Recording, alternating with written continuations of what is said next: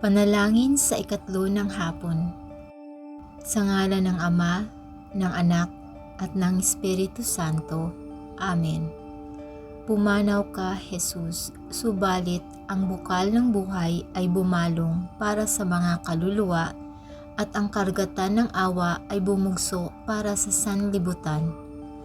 O bukal ng buhay, walang hanggang awa ng Diyos, yakapin mo ang sangkatauhan at ibuhos mong ganap ang iyong sarili para sa aming lahat. O banal na dugo at tubig na dumaloy mula sa puso ni Jesus bilang bukal ng awa para sa aming lahat, ako ay nananalig sa iyo. Banal na Diyos, banal na puspos ng kapangyarihan, banal na walang hanggan, maawa po kayo sa amin at sa buong sansinukob. Banal na Diyos, banal na puspos ng kapangyarihan, banal na walang hanggan, maawa po kayo sa amin at sa buong sansinukob. Banal na Diyos, banal na puspos ng kapangyarihan, banal na walang hanggan, maawa po kayo sa amin at sa buong sansinukob.